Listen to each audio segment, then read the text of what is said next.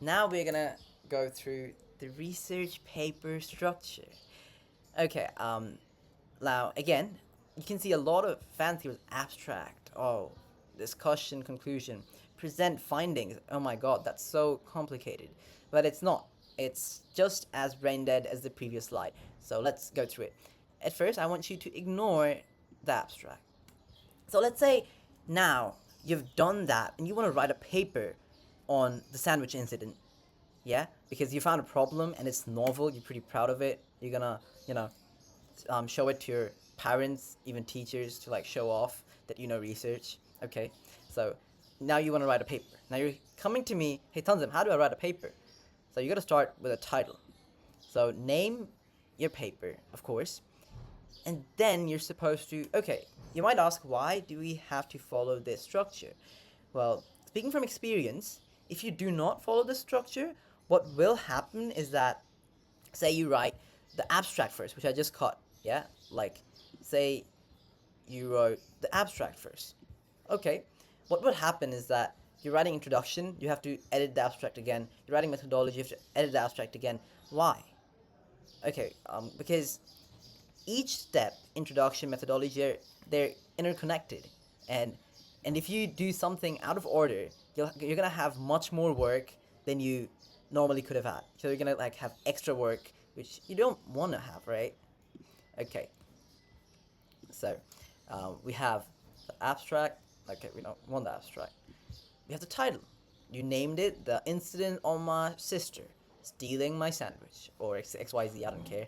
And then you're up to the introduction. Okay, in the introduction, what you're gonna do is provide context. By context, um, try to remember that we read about review literature.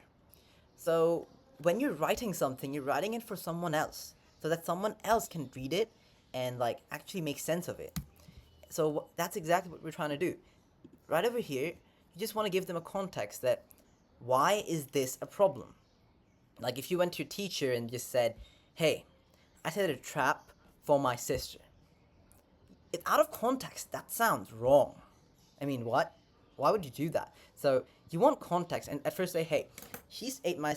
So at first, I live in a joint family. That's why everything's a bit chaotic and etc. etc. And maybe I hate living without a sandwich, or I don't know. You wanna at first let them know what they're gonna read about. What's the context, and then you're gonna go into the methodology.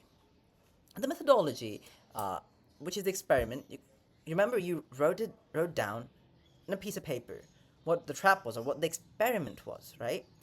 That is the methodology. You're gonna like state what were the conditions and what did you do to like test your hypotheses. So you might have heard of this word, hypothesis. Has anyone heard of it? Hypothesis. Like I'm writing it down. If anyone that knows the answer, like what that means, like please feel free to tell it. Hypothesis. Oh my god, I'm so good at writing. Yeah, does anyone know what this means? And don't just like search it up from Google, because like I can. It's pretty easy to like detect. Yeah. Uh, anyone? All right. So, hypothesis is another fancy word, right? Research loves people in research love fancy words. So it's just like a hypothesis is just assumption. That's exactly what it is. Like get a dictionary with the synonyms, search it up. You'll see assumption goes with this. So like you had an assumption that it can be culprit A, B, C, and now with the methodology you can confirm your hypothesis. If it like so you basically just like clearing your assumption. That's all it is. That's what this fancy word hypothesis means. All right. Okay, now the methodology is done. We've detailed the study's execution. Now we have the results. We want to present the findings clearly. So remember, we're going to draw a conclusion because we have data now. So in the results, we're not going to draw a conclusion yet. We are going to present the data. So you're going to like you can maybe put some screenshots of the photos of your sister and like try to match it, like so you can show that, hey, this is my sister, I can see it in my video, the hidden camera. So that's like my result, that's the information, that's the data. So from methodology to results, we now know it's who's the culprit. Now we're going to draw a conclusion. In the conclusion, we're going to do three things. So in three things, one of that could be, so discussion. Discussion is like, normally in research, it's not really as simple as one incident of your sister stealing your sandwich. So you usually have a lot of people of interest, people who are reading this paper, and like, like it could be of, some could be from industry, some could be faculty members, others could be people like me, you and me, high schoolers. Like I'm ninth grader, I'm also reading research, so it can be anyone. So you want to have a discussion to like talk about its implications, what this result could mean for your paper and for everyone in XYZ industries or XYZ fields. That's the discussion part, and then you want to like point out and suggest further research. This is important. So later on, when you are doing research yourself, one thing that you can do is read papers, and then especially this part, we're gonna cover how to read papers in a minute. So, but when you're doing that, if you pay attention to these and note these down, like you can get a clear idea of what you can further on do and produce a new paper. So like, so this, let's say your weakness was that your camera was of low resolution. So you're still a bit unclear that whether it was your sister or your, let's say, your other sister. I know I'm really bad at examples, but yeah. Um, so in the discussion or conclusion, uh, you know, so you're gonna point out that we need better cameras, and if we have better cameras, like you're gonna acknowledge your limitations. Because remember, as an academician, as a researcher, you're supposed to be neutral, like a journalist. You don't want to support any specific side or support even your own paper. You want to acknowledge your limitations. You want to be totally transparent about what you did and what you couldn't do. And that is one of the key qualities of a good paper, right? So in this place, you're going to say that our resolution was bad, so there's still a bit of uncertainty about whether it was my sister or, my twin sister. I don't know. So the next person who reads this paper, what he can do is just do, do the same methodology, do the same things, but this time use a better camera. And, in reality, a lot of the papers that get accepted in good journals happen to do that. Let's say it was a really complicated paper with huge funding. Whenever that gets published, other researchers read it, and if it's in their field, let's say you're a PhD or a researcher by profession, you can get ideas from here. So it's like a brain dead way of finding new ideas, like just a step further, and that's what it is. So your paper is complete, and when that is complete, then you will write the abstract. So what is the abstract, Thompson? The abstract, the abstract is a summary. That's all it is. I know, research has a peculiar way of using complicated words to, I don't know, forgive me. I'm not the one who named it. But abstract, my friends, is a summary of the whole paper.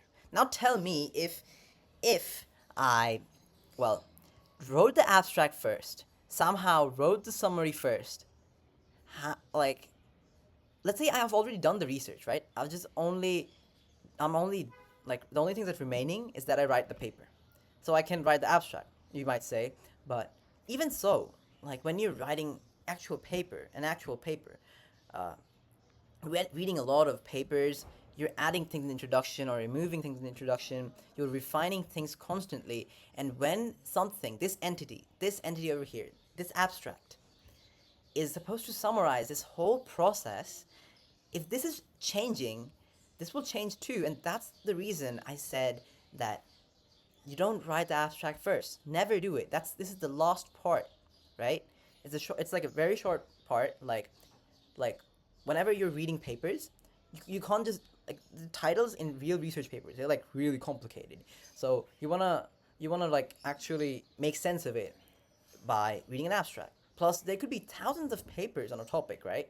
You're gonna skim it down on the latest ones, the ones in published reputable journals, the ones that are credible, and then you're gonna read the abstract. You're skimming it down layer by layer, so you have less number of papers of interest that you want to actually read, and that's gonna be the abstract. You're gonna read the abstract, and you're gonna make sense. Oh, I need to read this paper because my professor or my teacher or my mentor said that you should read papers on sisters stealing sandwiches, not ones on cousins stealing sandwiches, right? But they're both family. Like, let's say the title has family written, but the abstract details that it was conducted on sisters stealing sandwiches.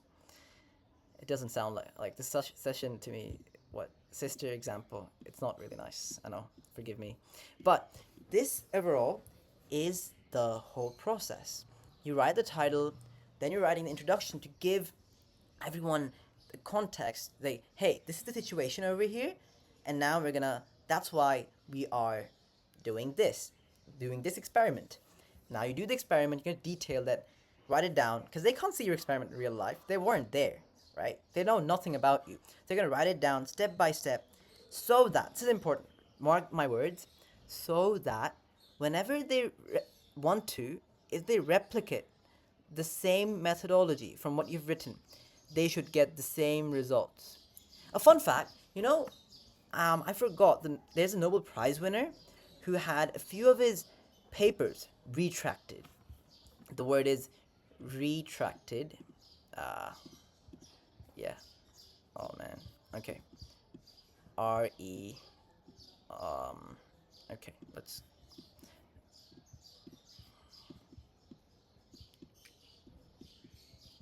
Yep. I know I have the best handwriting. Retract. So retracted. What this means is, well, your paper basically getting blacklisted and taken down from whatever place it was published. Why, you might ask? Because it was not of proper quality. And by quality, I mean you fabricated data, or your methodology was not what you said it was. So like, say you got some result about your sister that you could conclude that it was your sister, right? But then another person who has the same problem used this methodology, or he didn't have a problem, he wanted to check if your methodology is all right. He did the same things you wrote in your paper, but he did not get the same results. What does that mean? Either you've hidden some part of your paper intentionally or unintentionally, right? And if it's done intentionally, that is, well, a question of integrity, and once and a reason of your paper getting retracted or taken down from wherever it was published. And then you get a discussion or conclusion, and, well, you're summing it up for others so they can like do further research and get an idea of what that means for them. So yeah, any questions for this slide?